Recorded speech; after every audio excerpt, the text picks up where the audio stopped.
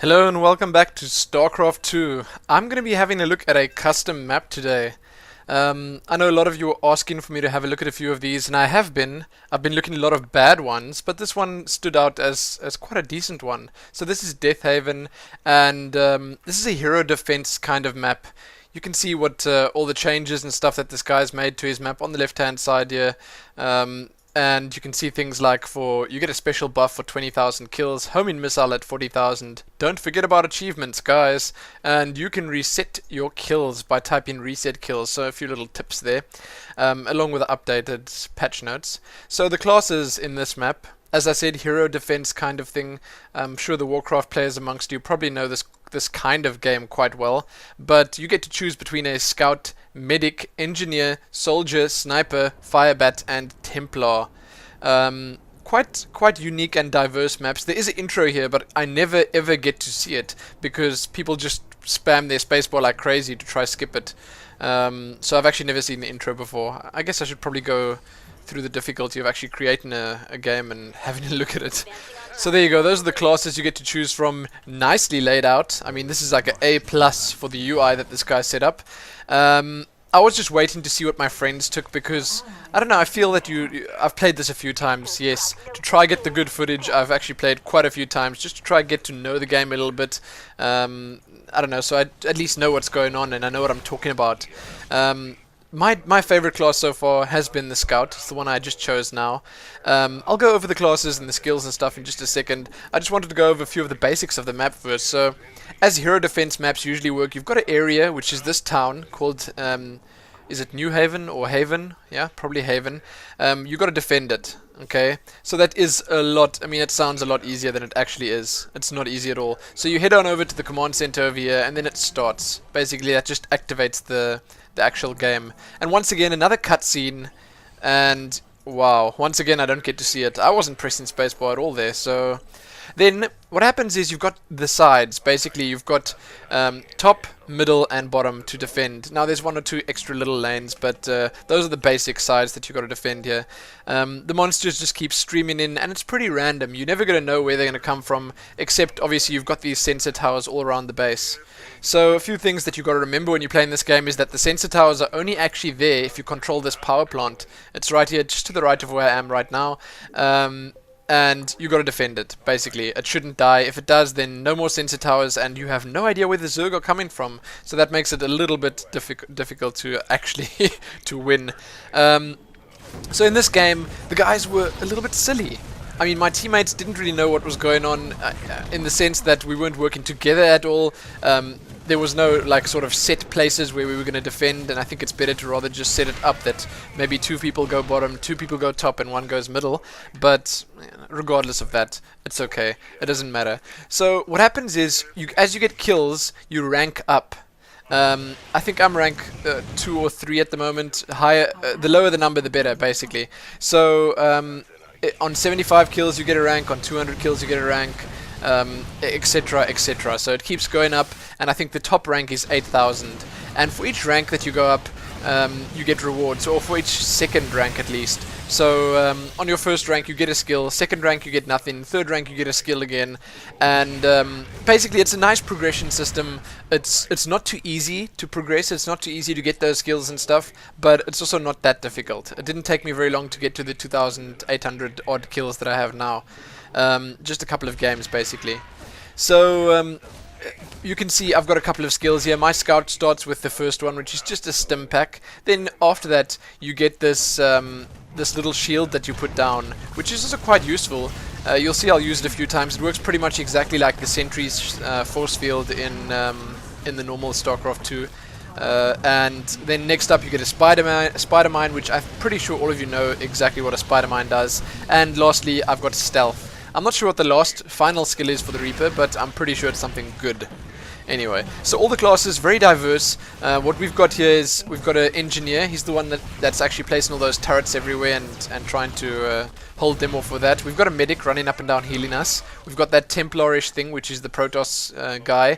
And he's sort of a hybrid. He does quite decent DPS and he can heal himself a little bit. And then lastly, we've got a sniper. So I don't know, from my personal experience, it seems to me like you have to have a medic if you want to try and really do well. You should probably have a scout, just because it's really nice for kiting, it's really fast, it can run up and down quickly. I feel that you should probably have a soldier. We don't have a soldier here, and you absolutely need a sniper. The sniper's DPS is just crazy. Okay, the sniper is absolute essential. So basically how the whole thing works is you have to mine out a certain amount of minerals. You can see top right, there's a number that's counting down, and that's the minerals that we got to mine. You've got the 3 bases, 3 command centers around the map. I think they're called mineral holds in this. And there are a couple of miners there. They'll just keep mining on and mining on and mining on.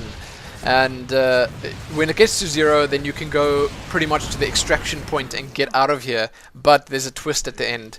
This huge boss spawns, and it's pretty much impossible to kill. A Leviathan. It was scary stuff. I've gotten there once or twice, and it's hardcore. Not gonna forget that.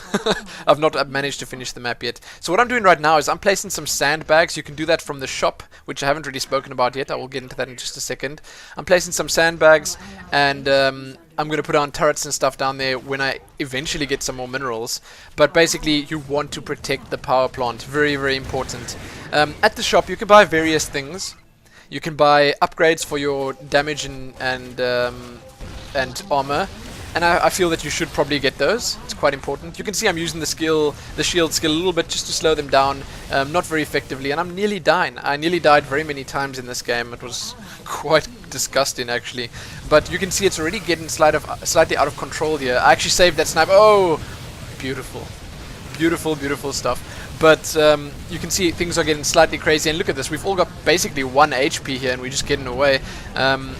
We were losing this already. It was a slow but sure path to defeat. But anyway, I was talking about the shop. You can get a bunch of upgrades there for your character. You can get healing and energy salves. You can get a little speed wheeler thing which just transports you around the map, but that's not going to help very much. In our case, right now, it's basically going to transport us from one failure to another, so not always essential. Not always good. And I just had a peek over there at my power plant. Still doing well. Still okay. Crazy stuff happens in this map. Nidus worms pop up, and you'll also have overlords coming in, dropping banelings and creep, and it's not what you want. It's quite difficult to stop all of that. So you can actually also buy extra miners at the shop. I sort of forgot to mention that. That'll just speed the process up, but then you obviously getting that at the cost of maybe not upgrading your character. So it's maybe also not the best idea ever. But I gotta say, I mean, the main thing about this map that struck me was just the I can't say production value, but yeah, maybe I'll just call it production value. Okay, basically, the guy, he put a lot of effort into this. The map looks great. I mean, the whole town of Haven here looks really, really good. The texture work is amazing. I mean, he put the right stuff in the right places. He used the right doodads everywhere. It just looks, it feels really good playing it. I mean, it's incredibly well made, basically. Then we don't even have to touch on the fact that he's got these nice, pretty unique skills on all the characters. He's got it all sorted out that each character actually plays a different role in the map, and everything is just totally spiraling out of control here. My goodness. Okay, so when these bigger mobs died, you can see there, fatty killed. Everyone has been rewarded. The bigger the mob, the more minerals you get for killing it, and everyone gets kills for actually participating in that kill. So it's really cool. Once again, another little system that he put in there. I can also just draw your attention to the HUD of this map. The UI, it just looks amazing because he's actually, all of this is custom done. He's got the kills on the right hand side, he's got your little commands on the right hand side too. Affirmative, negative, need heals, help, and going to store. You can use those as you wish. And then obviously you've got the achievements as well, which I didn't really have a look at yet because, I don't know, I didn't really care much for achievements, but they're there and they do work. So what I really liked about this was the fact that you can actually, which is great, is that your kills actually save. So you play this game, even if I quit right now, the kills that I've built up now, they do in fact save. And in the next game, I will have my rank, I'll have those kills. I won't keep the upgrades that I get from the store, but I will keep my kills, which means I'll start with those skills. I will start with 1 or 2 extra ranks in weapon and armor skill, because I think for every rank that you go up, you get 1 permanent there. And I think the max rank is 15. So yeah, I'm just trying to get this Ultralisk off my damn power plant, because, you know, no one wants a dead power plant, and I got him away just in time. I find that the scout does very little damage. You need a sniper, you need a fire bat, you need those big damage classes. And oh my goodness, I can't believe I saved that guy once again, and then he goes and dies anyway. So, phew. You know, I can tell you now, rather play this with friends. If you can play with some friends that sort of know what to do, or just know how to listen, because you can just tell people some stuff. I wasn't really taking a command in role here, but you can just tell people a few things, and the game will be a lot easier. So, that's just a little tip from me. Play with your friends. I gotta say, fun. A lot of fun, okay? I think myself, my girlfriend, and 2 of my other friends played this. We were on Skype, and we were having a good time. Because this game is just... I mean, it gets pretty frantic later on, but it's actually, I mean, slightly skill-based, where you actually need to work together. It's not just one... Like, there isn't just one Imba class that owns everything, and there's not just one upgrade you can buy that kills everything. The balance is good, and because of that, and because of the polish, and because it's made as well as it is, it just feels like a lot of fun. The achievements spice it up a little bit, the ranks and stuff make it a little bit cooler. The nice little synergy you can get between different classes is quite nice as well. I just felt the game was really good. So you can see we're about to get overrun here. Stuff is just dying left, right, and center. But that's okay. I mean, I just wanted to have you give you like a sort of first impressions of the map, a quick mini review of the map. And if I was going to rate it, which I'm probably not going to, but if I was going to, I'd give it like a 8 or 9 out of 10, because this is incredibly well made. If I had to ever make a map, I wouldn't release it till it was as good as this, because seriously, this guy really knows what he's doing. Anyway, there's just hordes of Zerg everywhere here.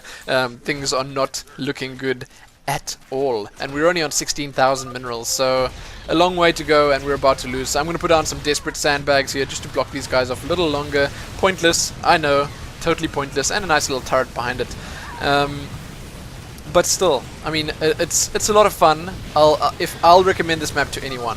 Okay, and what's going to happen is I'm mostly just going to sort of review or look at maps that I actually think are good, that I actually like playing, that I actually enjoyed. I mean, to me, the most important part of any game is the fun factor. If it's not fun, it's definitely not going to be worth playing. I mean, I don't want these custom maps to be a chore.